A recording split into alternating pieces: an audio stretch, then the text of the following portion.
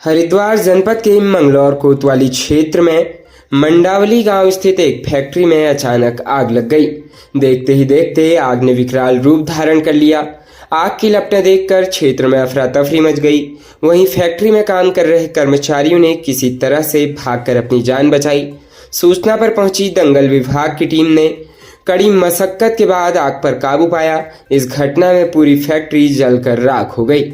बताया गया है कि फैक्ट्री के अंदर पैकिंग में इस्तेमाल होने वाली पॉलीथीन के रोल बनाए जाते हैं। जानकारी के मुताबिक मंगलौर के मंडावली गांव स्थित बांग्ला नाम की एक फैक्ट्री है और इस फैक्ट्री में पैकिंग में इस्तेमाल होने वाली पॉलीथीन बनाई जाती है। बीती देर रात फैक्ट्री में कर्मचारी काम कर रहे थे। इसी दौरान फैक्ट्री में अचानक आग लग गई। आग लगने से कर्मचारियों में अफरा तफरी मच गई। वहीं कुछ ही देर में आग ने विकराल रूप धारण कर लिया और आग की लपटें आसमान की तरफ निकलने लगी।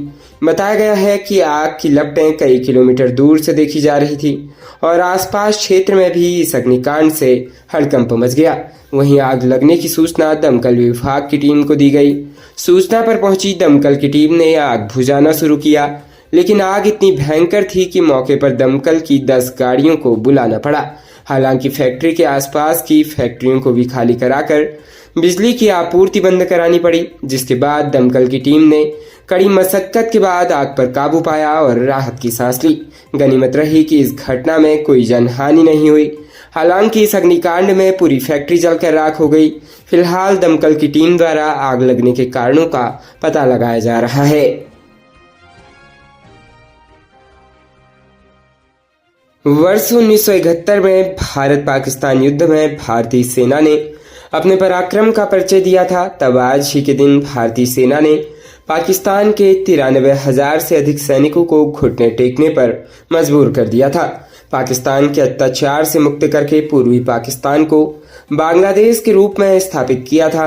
सीएम धामी ने इस मौके पर आज़ादी के बाद से अब तक देश के लिए शहीद हुए सैनिकों की वीरांगनाओं और माताओं के लिए भी बड़ी घोषणा की। भारतीय जवानों की बहादुरी और पराक्रम को देखते हुए हर वर्ष 16 दिसंबर को विजय दिवस के रूप में मनाया जाता है। विजय दिवस के अवसर पर देहरादून स्थित परेड ग्राउंड में श्रद्धांजलि समारोह का आयोजन किया गया।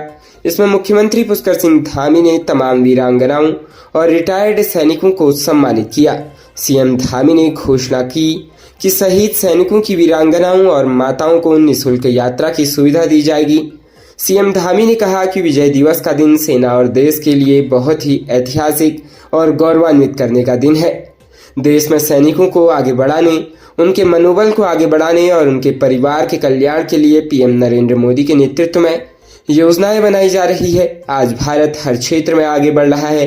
भारत की सीमाएं सुरक्षित है। सीएम ने कहा कि इसके साथ ही सैनिकों की सुविधाओं के लिए भारत सरकार से भी अनुरोध कर रहे हैं। सीएम ने कहा कि पहले चक्र विजेताओं की वीरांगनाओं को निःशुल्क यात्रा की सुविधा दी जा रही थी।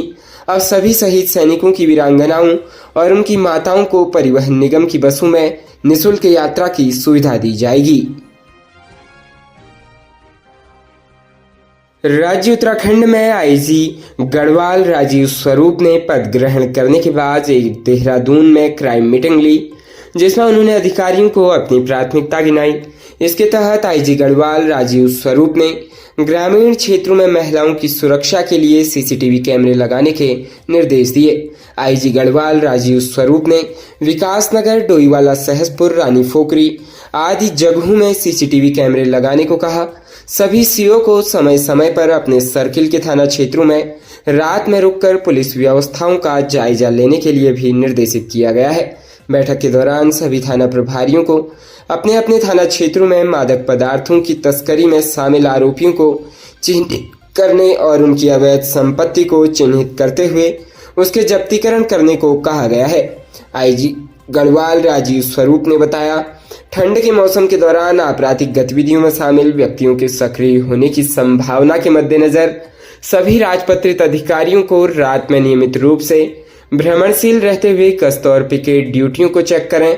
साथ ही जनपद में बाहरी प्रदेशों से आने वाले व्यक्तियों के सत्यापन और इंडस्ट्रियल एरिया में बाहरी राज्यों से बड़े वाहनों, ट्रक, कंटेनर आदि के वाहन चालकों और उनके सहायकों के भी आकस्मिक रूप से सत्यापन के निर्देश दिए गए, जिससे आपराधिक गतिविधियों पर अंकुश लगाया जा सके।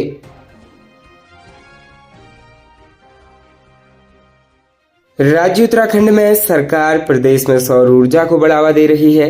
इसी क्रम में प्रदेश में सौर समृद्ध उत्तराखंड के तहत पहली बार सौर कौतिक का आयोजन किया गया।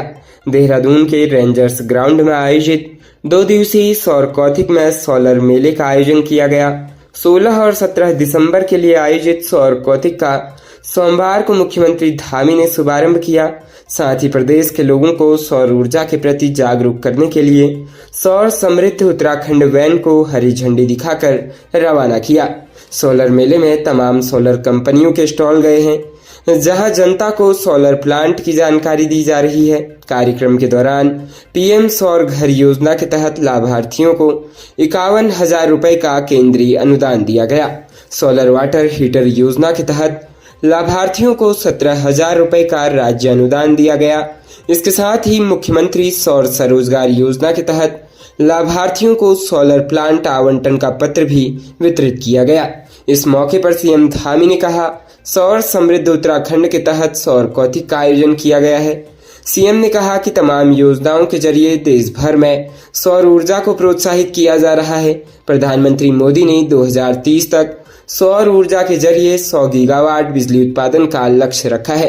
2070 तक देश को कार्बन न्यूट्रल बनाने का लक्ष्य रखा गया है। ऐसे में उत्तराखंड सरकार भी राज्य में सौर ऊर्जा को लगातार प्रोत्साहित कर रही है। प्रदेश के रुद्रपुर हल्द्वानी मार्ग पर सड़क हादसे रुकने का नाम नहीं ले रहे हैं। एक हफ्ते में 3 बड़े सड़क हादसे से कई सवाल उठ रहे हैं। हादसे में 3 लोगों की जान जा चुकी है, तो जबकि कई लोग घायल हो चुके हैं। वहीं बीती देर रात ट्रांसपोर्ट नगर पुलिस चौकी क्षेत्र के हल्द्वानी रुद्रपुर मार्ग बेल बाबा मंदिर के पास दर्दनाक सड़क हादसा हुआ, जिसमें मां और बेटे की मौत हो गई, जबकि चालक गंभीर घायल हो गया। गौर हो कि रुद्रपुर हल्द्वानी मार्ग पर एक कार हादसे की शिकार हो गई।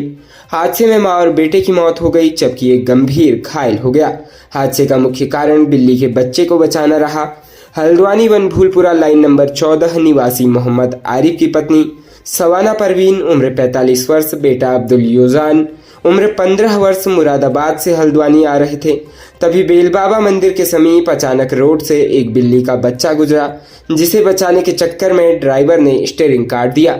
स्पीड ज्यादा होने की वजह से कार असंतुलित होकर एक पेड़ से जा टकराई।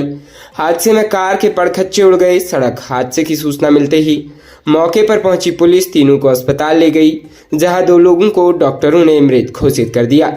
घटना के बाद परिवार में कोहराम मचा है। दर्दनाक हादसे से हर कोई स्तब्ध है।